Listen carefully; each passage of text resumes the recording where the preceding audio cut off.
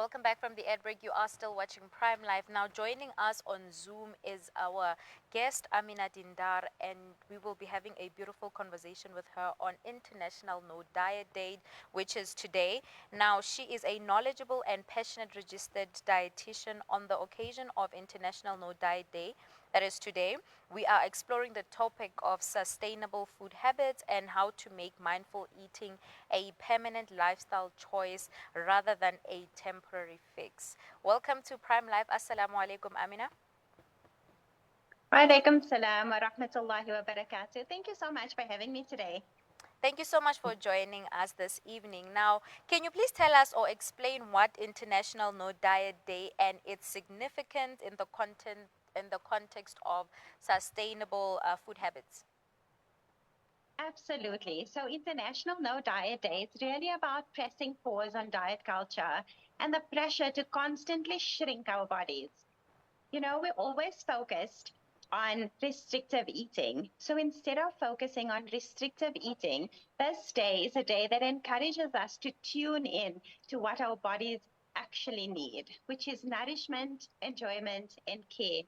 It's also a powerful reminder that being healthy doesn't look the same for everybody. We all want to picture ourselves as that skinny model that we often look at. But when we stop obsessing over diet and start building habits we can actually stick with, like eating balanced meals, staying active, and managing stress, we move towards a much healthier lifestyle that can be more sustainable. Mm. Jazakallah so much for sharing that with us. Now, as a dietitian, I'm sure you have a lot of experience with dealing with different people and just nutrition and diet in general and the type of food that we eat. What are some of the most common misconceptions when it comes to food and nutrition? This is actually just a topic of its own. If we have to go through all the misconceptions, there'd be so many. Mm. But I think some of the most common ones is, when we label foods as good or bad, and thinking this way can actually lead to guilt, binging, and more restrictions.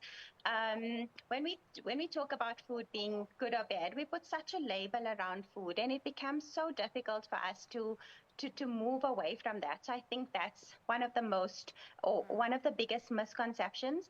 Another is often skipping meals and fad diets. And this is so common. People generally think, oh, if I skip a meal, I'm going to lose more weight and it's going to help me with long-term weight loss. But often this backfires. Our portions become bigger, we tend to overeat, our cravings increase. And I think this is just one of the most common misconceptions. Another one is that believing healthy eating is expensive and, on the other hand, bland. When in reality, healthy eating can actually be simple, affordable, and enjoyable with the right type of guidance and knowledge. Mm. And one of the others, and the last one that I'm going to go through is, and I think it's one of the most common ones, is that carbs are bad. Carbs are actually our body's preferred source of energy, especially for our brain. So it's about choosing the right types of carbs and also the portions and how we should be including it in our diet. And I think that's something a lot of people have moved towards, avoiding carbs in their diet, thinking that this is the right way and this is the right goal in order to live a healthier lifestyle and to lose weight. Mm. Thank you so much for sharing that with us. And just speaking on, I mean, what you have said, obviously, I think has inspired people to actually want to start developing a healthy eating habit. And speaking on that, how can people actually start on that journey? And, how does that impact or lead one to have a healthy relationship with food in general? Most definitely. It's such an important question, and it's such an important topic that we should be discussing so much more. I think that one of the most important things is giving ourselves permission to eat without guilt. We often eat with so much of guilt. We try and avoid certain meals, we try and avoid eating because of the guilt that comes with it. And I think that trying to give ourselves or giving ourselves permission to eat is so important. It helps break that all or nothing cycle of restriction and of binging. From there, it's about eating mindfully, tuning into your hunger and your fullness cues, enjoying your meals without distractions, and learning to recognize emotional eating without judgment. And so many of us are emotional eaters. Food has so many roles, and we need to recognize these roles. Food is a means to fuel our body. It brings us comfort, and even it can even be a way to connect with others. When we move away from the shame equation, we make space for so much of peace and building a positive relationship with food. I think focusing more on well-being instead of weight loss is really important. Mm, definitely. And for those who might be struggling with, their diet, eating good, or those people that have a very unhealthy relationship with food in general, what advice do you have for them? Especially some people that also get into this a bad relationship with food due to, struggling with body image. Most definitely. And I think a lot of the time those type of people who struggle with this body image often think that they're alone in the struggle. And it's so important to firstly understand that you're not alone. A lot of people feel this way, especially with all the mixed messages we are seeing on social media. I always say it's so important to be kind to our body. Our bodies carry us through so much, and it deserves respect no matter what size it is.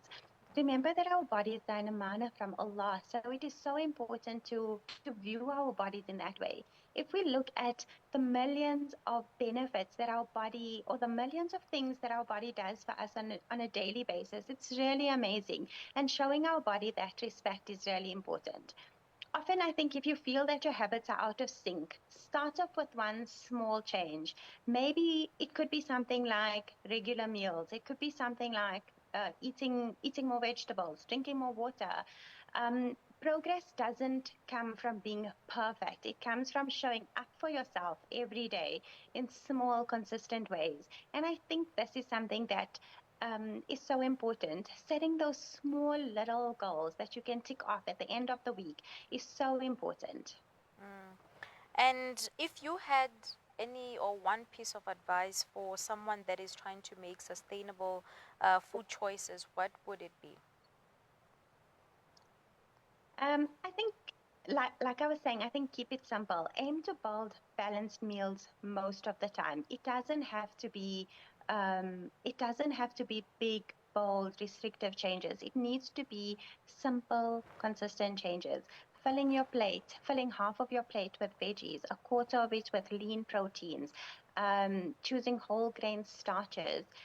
I think that's somewhere where you should start. Start with where you are and then build on that. Maintaining that consistency is really important. Mm.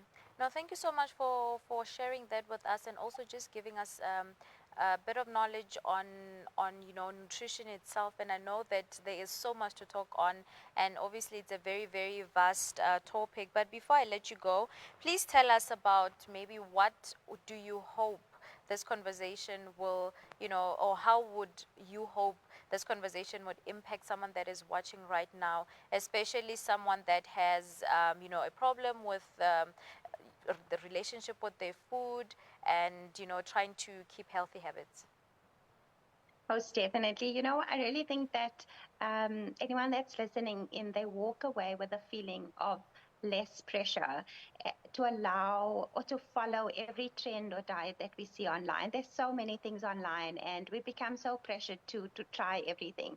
So I think the most important thing is you don't have to punish your body to be healthy. In fact, the more you respect it by feeding it well, moving it in ways that you enjoy, and taking care of your mental well-being, the better your long-term health will be.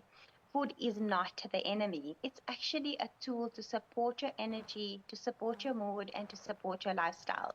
When we stop chasing quick fixes and start building healthy habits, we can that that we can live with, that can be sustainable. And I think when we can learn that, that's when the magic really happens. Mm. But I think this has been a wonderful, wonderful conversation in commemoration to the fact that today it's International No Diet Day. Do you think enough is being done in terms of, nutrition talks, nutrition, or just nutrition education in general, so that, fellow South Africans and just people in general are able to develop a healthy relationship with food?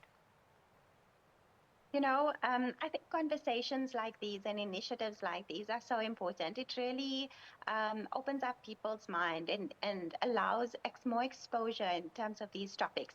So, although there's still a long way to go, I think we've come a long way. If you think about maybe five, maybe even 2 years ago, there wasn't as much topics around nutrition and healthy eating. So I think we've come a long way, and I know we still have a long journey ahead of us, but most definitely, I think the media is playing a significant role in providing significant, important information for our community. And I think that's really important. Mm. And just maybe in your, maybe let's say in the next 5 years, in terms of nutrition, what do you hope to see in the world in terms of people having a, healthy food relationship with their food? And yeah, what is your hopes when it comes to nutrition in the next 5 years? One thing that I really dream of is, or I really hope that we would accomplish it in the years to come, is more education starting in our schools. I think when we start talking to families about healthy eating, when that message can actually reach the homes, I think that's when it's important. One of the things we realize with diet or healthy eating is that it's a we often only look um, to for the solutions when we're experiencing a problem. The minute you realize you're overweight, when your cholesterol is too high, when the number on the scale is not something that you're happy with, and that's when we look at nutrition education. But we need to start before that. We need to be educated in our workplaces, in our homes, in our schools. We need to have more education. It needs to be part of um, the school syllabus where kids are taught about healthy eating, building healthy plates, making healthy choices, reading labels.